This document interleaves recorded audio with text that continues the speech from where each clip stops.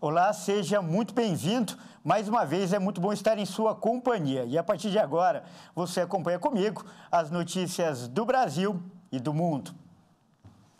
E olha só, eu começo falando de saúde com uma dica importante. Começa na segunda-feira a campanha de vacinação contra a Mpox, doença que antes era conhecida como varíola dos macacos. A repórter Maria Clara Leite traz mais detalhes. Neste momento, a vacinação contra a Mpox vai focar nos grupos de risco das formas mais graves da doença, como pessoas que vivem com HIV, além dos profissionais da saúde que atuam diretamente em laboratórios que atendem os pacientes da Mpox. Mas isso no caso de pré-exposição ao vírus. Agora, nos casos de pós-exposição, receberão as doses aqueles que tiveram contato direto com fluidos e secreções corporais de pessoas suspeitas, prováveis ou confirmadas para a doença. A gente lembra aqui que a Mpox era chamada de varíola dos macacos porque foi identificada pela primeira vez em colônias de macacos lá na década de 50. E só 12 anos depois foi detectada em humanos. Mas o surto mundial do ano passado não tem nenhuma relação com os primatas. De janeiro de 2022 a 27 de fevereiro deste ano, foram confirmados pouco mais de 86 mil casos da doença e 100 mortes em 110 países. Aqui no Brasil, segundo o Ministério da Saúde, o cenário epidemiológico atual é de queda progressiva no número de casos. E a vacinação é uma das principais armas para que essa redução continue. O imunizante é destinado a adultos com 18 anos ou mais, com o esquema recomendado de 2 doses da vacina a serem aplicadas com 4 semanas de intervalo. Hoje, o Brasil tem aproximadamente 46 mil doses disponíveis no Programa Nacional de Imunizações. E olha, quem não gosta de tirar aquela soneca depois do almoço? Só de pensar já dá sono, não é mesmo? Pois é, mas esse momento tão agradável não é só uma questão de prazer ou preguiça. Também é um hábito bom para a saúde e pouca gente sabe disso. Um estudo mostra que uma soneca pode aumentar a capacidade de aprendizado e também a produtividade. Acordar, trabalhar, almoçar e dormir. Quem não gosta de um cochilo no meio do dia para dar aquela renovada?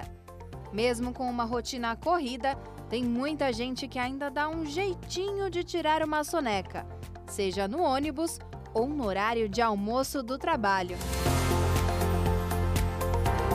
Não é à toa que a hora da sesta ou siesta é tradição em vários países, principalmente os de clima mais quente, como a Espanha e o México. Esse termo se refere à sexta hora do dia. E muitos entendem que o dia começa às 6 da manhã e a sexta hora é ao meio-dia. No Japão, ser pego cochilando no trabalho não significa demissão. E em alguns casos, o funcionário pode ser até mesmo promovido. É o chamado inemuri, ou dormindo em serviço. Uma prova de que o funcionário veste a camisa da empresa. Mas os benefícios de um cochilo durante o dia vão muito além do que só a renovada que o sono traz. Um estudo mostrou que as pessoas que têm esse hábito têm melhora na criatividade e na produtividade. E foi pensando nisso que ambientes como esse foram criados. Os chamados cochilódromos já são um sucesso entre os amantes de uma soneca. Bom, existem muitos estudos, né, sobre essa potência do cochilo ao meio do dia, mas de uma maneira muito geral, que todos os estudos trazem, é como se você estivesse dando um reset mesmo durante o dia. É como a gente reinicia a nossa máquina quando ela não está funcionando muito bem, né, é como a gente estivesse reiniciando o nosso próprio corpo. Então, o cochilo tem esse poder, né, de fazer uma limpeza dentro do seu cérebro e você voltar muito mais ativo para o seu dia. Os pesquisadores do Centro de Sono e Cognição da NUS Medicine, com base em um exame chamado polissonografia, monitoraram o sono de 32 adultos que foram submetidos às seguintes rotinas: sonecas de 10, 30 ou 60 minutos em dias alternados. Nos dias em que as sonecas aconteceram, esses adultos apresentaram melhor resposta, mais atenção e concentração na hora de retornar ao trabalho. Infelizmente, a gente encontrou bastante preconceito, porque cochilar é coisa de preguiçoso, cochilar é coisa de quem não quer trabalhar, né? E é verdade, dormir no trabalho já soou como estranho e preguiçoso. Mas atualmente muitas empresas passaram a aderir às cabines do sono, incorporando no dia a dia do funcionário uma rotina bem menos estressante. E elas são super aconchegantes e projetadas para te induzir ao sono.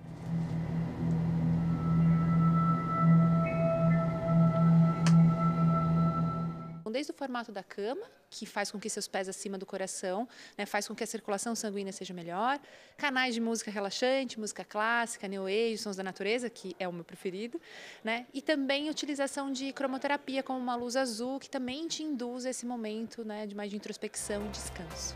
Embora as rotinas atarefadas nem sempre permitam, impossível não reconhecer o prazer de um belo cochilo no meio da tarde.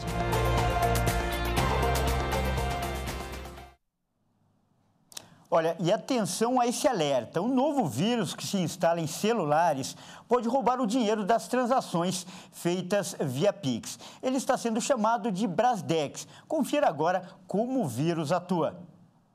Um novo malware, palavra que significa software malicioso na tradução livre, se instala em celulares Android e tem atacado clientes dos principais bancos brasileiros.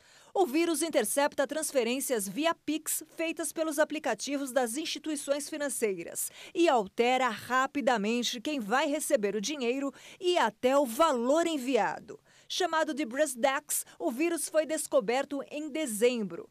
Na época, mais de 1.000 pessoas já haviam sido prejudicadas. Os prejuízos chegaram a centenas de milhares de reais.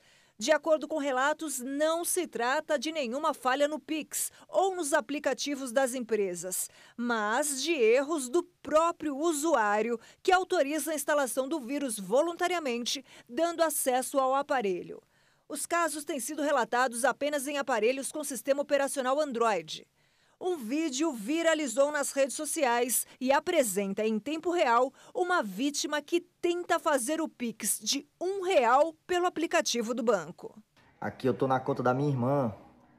Ela percebeu aqui, ela tá com esse valor para fazer um pagamento do cartão de crédito dela. Mas aí ela foi fazer uma transferência para minha mãe e percebeu um erro no celular, né, na Nubank.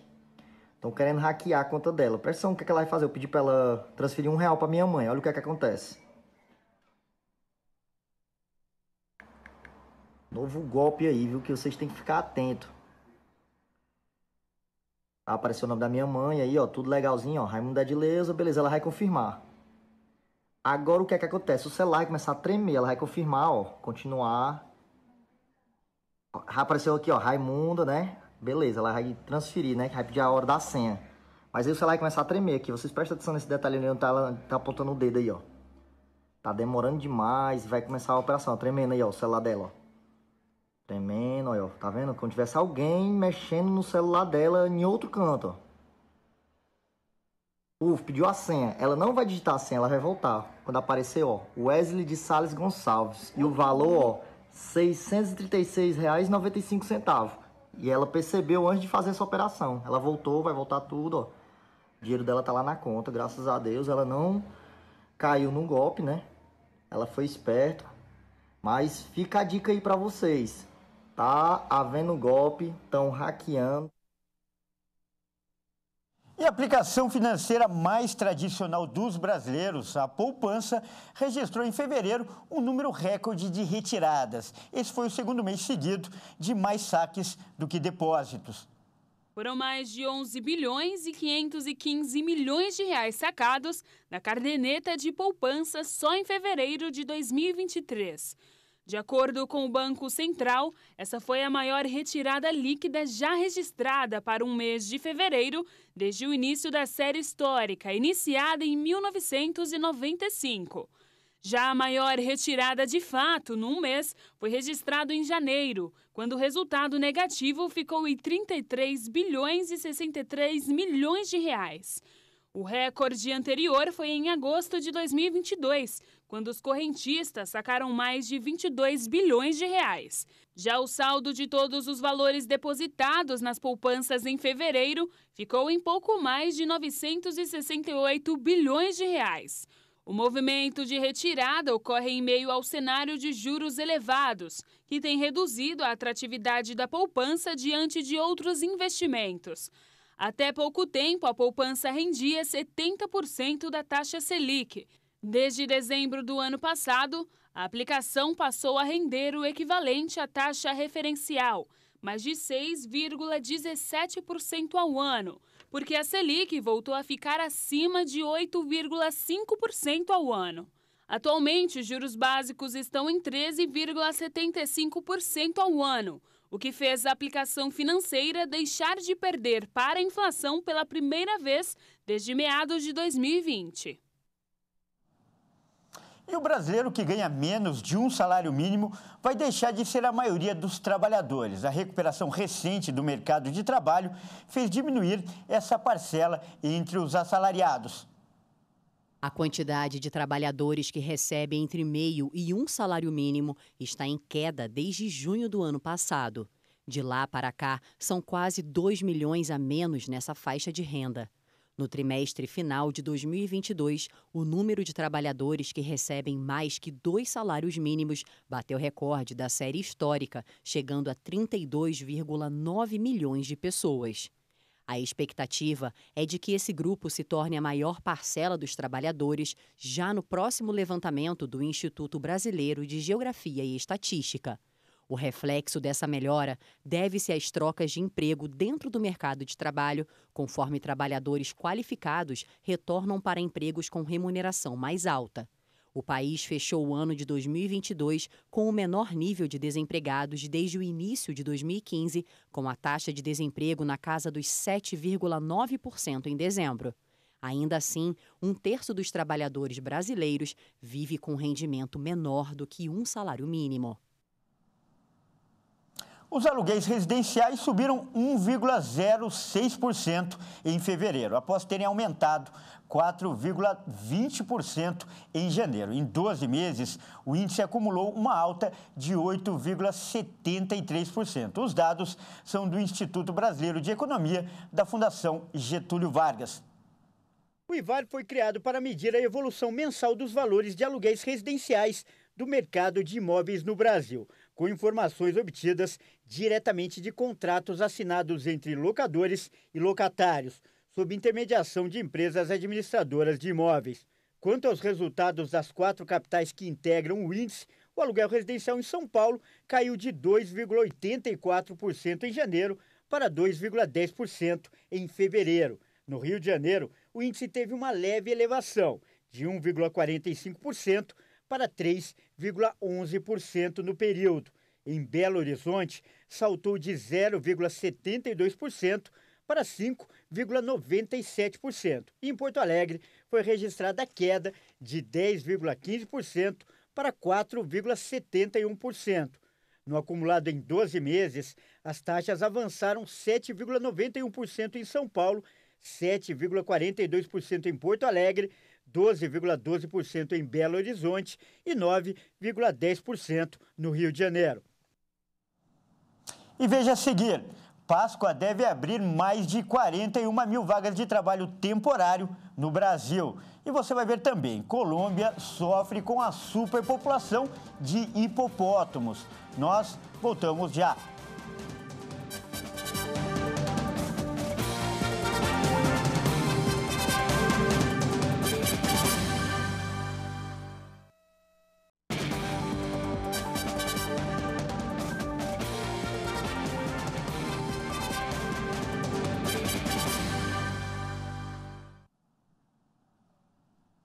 Olá, mais uma vez, seja muito bem-vindo. Nós estamos de volta com o segundo bloco e mais notícias do Brasil e do mundo para você. Olha só, com a proximidade da Páscoa, o mercado de trabalho já dá sinais de aquecimento. A expectativa é de que mais de 40 mil vagas temporárias sejam criadas, de acordo com a Associação Brasileira do Trabalho Temporário. As oportunidades vão além da produção dos ovos de chocolate, mas também na logística das empresas, indústria, comércio e serviços para atender a data marcada pela entrega do produto. Boa qualificação para trabalhos manuais e fácil adaptabilidade podem auxiliar o candidato a conquistar a sonhada vaga. A expectativa para a produção desse ano é 10% maior em comparação a 2022, quando foram feitas pouco mais de 10 mil toneladas de ovos e outros produtos de chocolate. Olha só, o barco Sinuelo, que era usado para monitorar tubarões na costa de Pernambuco, está abandonado há 8 anos. O motivo é a falta de financiamento. O local virou abrigo para cães e depósito de entulhos. A embarcação ajudou a reduzir a incidência de ataques na região e possibilitou a realização de pesquisas pioneiras da Universidade Rural de Pernambuco sobre tubarões, evitando que o número de investidas dos gigantes do mar no litoral do estado fosse ainda maior. Em 15 dias, 3 pessoas foram atacadas em praias do Grande Recife. O primeiro caso em Olinda e os 2 últimos na praia de Piedade, em Jaboatão. Havia, na época, um convênio entre a UFRPE e a Secretaria de Defesa Social, que era a responsável pelo Comitê Estadual de Monitoramento de Incidentes com Tubarões.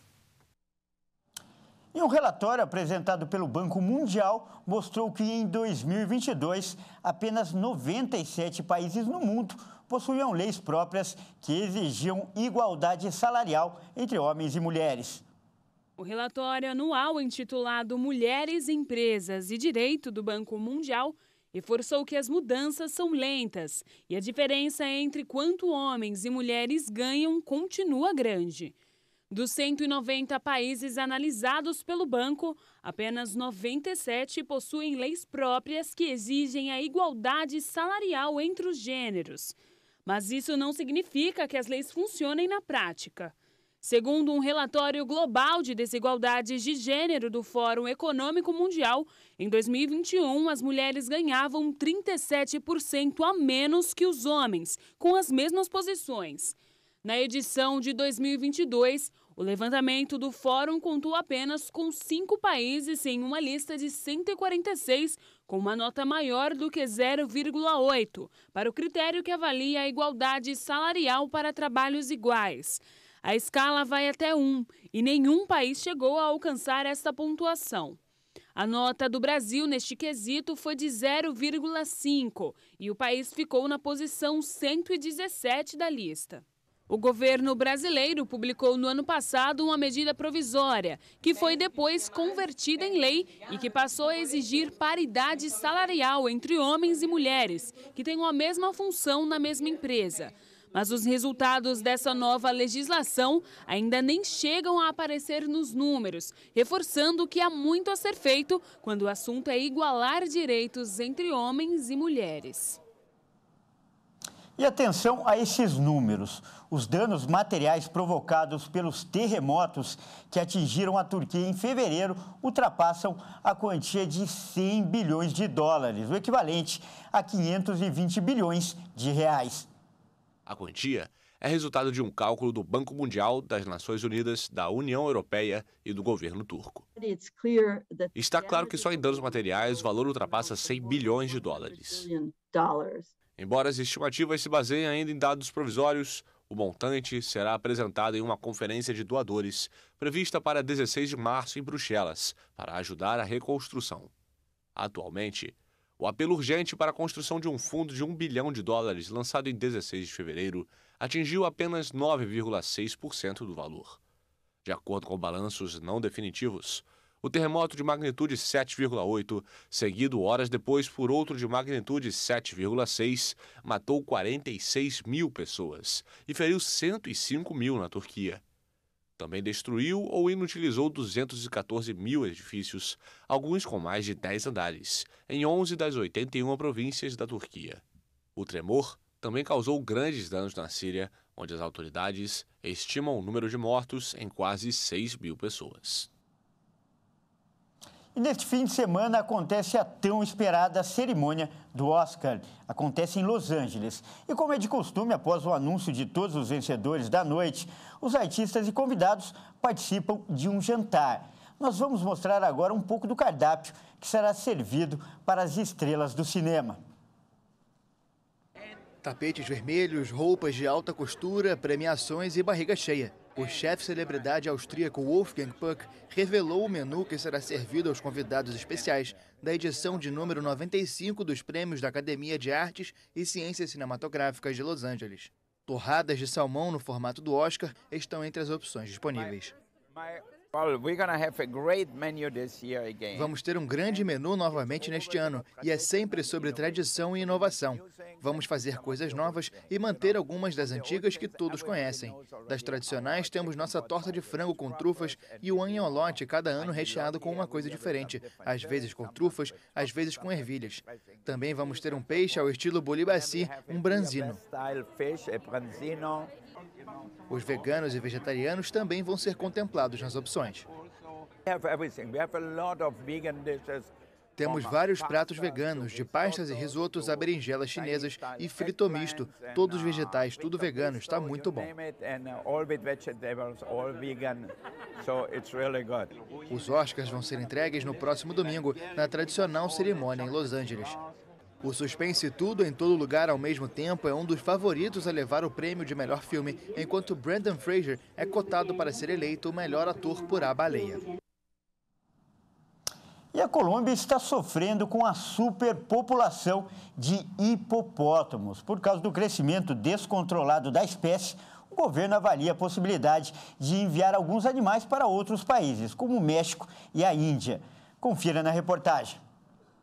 Uma pequena manada de hipopótamos chegou à Colômbia no final da década de 1980, levada por Pablo Escobar. Depois da morte do chefe do narcotráfico em 1993, os animais foram deixados à própria sorte e acabaram se reproduzindo de forma descontrolada, povoando a região de Magdalena Medio.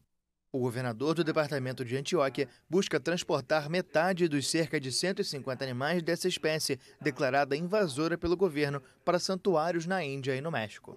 La información que me han dado hasta el momento es los animales, repito, viajarían en... A informação que me deram até o momento é de que os animais viajariam de avião.